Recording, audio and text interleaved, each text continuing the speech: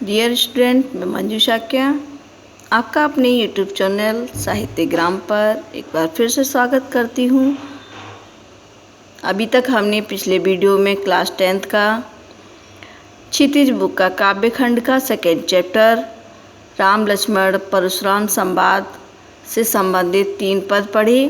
आज हम उसी कड़ी को आगे बढ़ाते हुए चौथा पद आपको पढ़ाएंगे। कविता को पढ़ते समय जब तक हमें उसमें आनंद नहीं आएगा तब तक पढ़ना हमें अच्छा लगेगा ही नहीं। तो आप प्लीज़ इसको जब तक ध्यान से नहीं समझेंगे तब तक आपको कविता का अर्थ समझ में नहीं आता है, ठीक है ना। तो बहुत ध्यान से एक एक शब्द को हमें समझते हुए आगे बढ़ना है। अब हम पद पढ़ते हैं, ठीक है। चौथा पद पढ़ेंगे। कौशिक सुनहु मंद एहु बालक और कुटिल कालवश निज कुल घालुक भानु वंश राकेश कलंकु निपट निरंकुश अबुध असंकु और काल कलब कबल होई छिन माही कहो पुकार खोर मोहि नाही तुम्हें हटकत जो चहु उबारा और कही प्रताप बल रोष हमारा लखन कहेउ मुनि जस सुजस तुम्हारा तुम्हें अछत को बरने बारा अपने मुँह तुम आपन करनी बार अनेक भांति बहुबरनी नहीं संतोष त पुनि कछु कहु और जिनि ऋषि रोक दुसहि दुख सहु वीर व्रति तुम धीर अछोबा और गारी देत न पावो शोभा सूर समर करनी करिए और कहीं न जनावही आप विद्धिमान रन पाए रप और कायर कथई प्रतापु। तो चलिए सबसे पहले हम इसके कुछ कठिन वर्डों को समझ लेते हैं। कौशिक शब्द जो आया है वो कौशिक शब्द राम और लक्ष्मण के जो गुरु हैं विश्वामित्र उनके लिए कहा गया। इनका ये वंश था, कौशिक वंश के थे, इसलिए इनको कौशिक नाम से भी संबोधित किया गया, ठीक है। जैसे राम रघुवंश के थे और परशुराम रघुकुल के थे, वैसे ही विश्वामित्र जो थे वो कौशिक वंश के थे, ठीक है।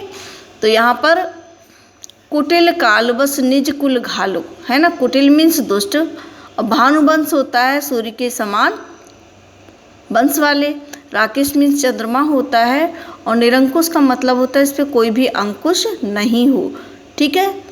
और अबुध मीन्स जो बहुत कम जानकार होता है, ठीक है। काल कलु मतलब मृत्यु के वश में हो जाना। पुकार खोरी का मतलब होता है दोष, ठीक है। और हटकऊ का मतलब होता है मना करना। प्रताप मीन्स प्रताप का, बल का, और रोष मीन्स होता है दोष, क्रोध, ठीक है। तो यहाँ पर अपनी मुँह ही वो और बहुत अधिक अपनी बड़ाई करने लगते हैं। कौन? परशुराम जी। तो यहीं पे लक्ष्मण उसकी के आगे उनका मजाक बनाने लगते हैं। इस सबसे वो जब खिसिया जाते हैं, कौन? परशुराम जब और अधिक क्रोधित हो जाते हैं, जानते हैं कि भाई ये बालक है, इससे तो हमारा बस चलेगा नहीं। तो उनके जो गुरु होते हैं विश्वामित्र, उनको संबोधित करके वो यहाँ पर कहने लगते हैं। उन्हीं को संबोधित किया है इन पंक्तियों में उन्होंने।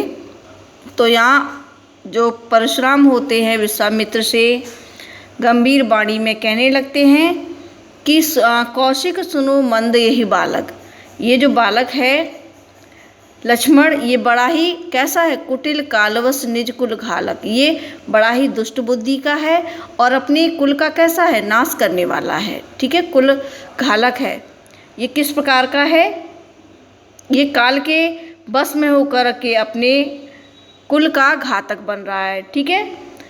यह कैसा है? भानुवंश राकेश कलंकु, यह है सूर्य वंश रूपी। जो लक्ष्मण का वंश है, राम का वंश है, वो सूर्य वंश माना जाता है। तो ये कैसा है कि सूर्य वंश रूपी वंश में ये राकेश मतलब होता है चंद्रमा, अर्थात ये सूर्य वंश रूपी चंद्रमा पर कलंक के समान है, ठीक है।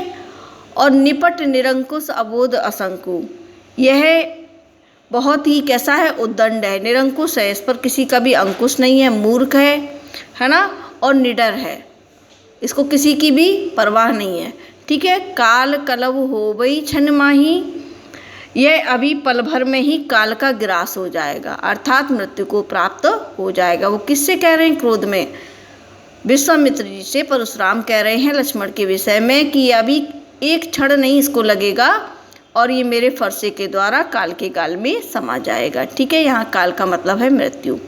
कहो पुकार खोर मोहि नाही, मैं ये पुकार पुकार करके कह रहा हूँ, बाद में मुझे दोष मत देना। अगर मैं इसका वध कर दूँ तो आप मुझे दोष नहीं देंगे। तो मैं हटकूँ जो चहूँ वारा, तुमसे कह रहे हैं यदि तुम इसके प्राण बचाना चाहते हो तो, अगर इसको मेरे क्रोध से अर्थात उबारना चाहते हो तो कहे प्रताप बल रोष हमारा, तो इससे हमारा प्रताप बल और क्रोध बतला करके समझा दो कि मैं कितना क्रोधी हूँ और मेरे पास कितना अधिक बल है। लखन कहे मुनि सुजस तुम्हारा, अब ये बात तो वो किससे कह रहे थे? विश्वामित्र से कह रहे थे, लेकिन यह सुनकर के जब अपने लिए इतना कुछ लक्ष्मण ने सुन लिया तो वो आगे कहने लगते हैं विश्वामित्र से, लखन कहे मुनि सुजस तुम्हारा। तो यह सुनकर के लक्ष्मण जी ने कहा, तुम्हें अछत को बरने बारा, हे मुनि आपके सुयश का वर्णन आपके रहते कौन कर सकता है? अपने मुँह तुम आपन करनी, है ना। आपने अपने कार्यों का अपने ही मुँह से अनेक बार बहुत प्रकार से वर्णन कर दिया है ना। बार अनेक भांति बहुबरणी, अर्थात अपने ही प्रताप का अपने मुँह अपनी बड़ाई। कहने का मतलब क्या है कि मुहावरा नहीं है कि अपने मुँह अपनी ही बड़ाई करना। तो यहाँ पर वही बात उन्होंने कही है लक्ष्मण ने कि आपने तो अपने प्रताप का वर्णन बहुत बार अपने ही मुँह से किया है और नई संतोष तो पुण्य का चुकाइए। यहाँ पर इतने पर भी अभी आपको अगर संतोष नहीं हुआ है तो फिर कुछ और कह डालिए मुझसे। जो भी आपका क्रोध अभी बचा हुआ है वो भी आप मुझ पर प्रकट कर लीजिए। जनिरिस रोक दुसह दुख सहु, है ना। आप अपने क्रोध को रोक करके असह्य दुख मत सहिए, मतलब अपने क्रोध को अपने अंदर रोक करके अपने आप को कष्ट मत दीजिए। ठीक है। वीर व्रती तुम धीर अछोवा, आप वीरता का व्रत कैसा धारण करने वाले हैं।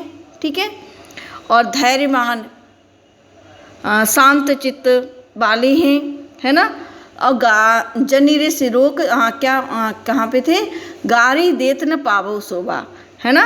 आपको गाली शोभा नहीं देती, आप गालियाँ देते हुए या क्रोध करते हुए शोभा नहीं देते, क्योंकि आप में तो वीरता है, धैर्यमान है, शांतचित्त है, मुनि है तो। लेकिन आप में ये जो क्रोध है या जो आप शब्द आप कहते हैं वो आपको शोभा नहीं देते हैं। ठीक है।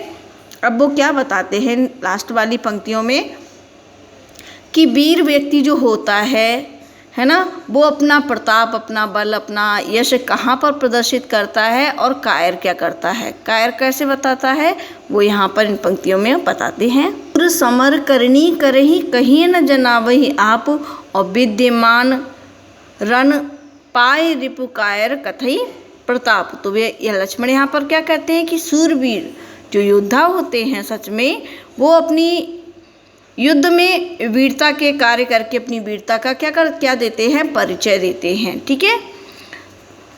केवल कहीं न जनाबहु, आप केवल बात करके अपने आप को नहीं जताते हैं, हल्ला नहीं करते हैं कि हम बहुत वीर हैं, हम बहुत वीर हैं, अपने मुंह अपनी बड़ाई नहीं करते हैं।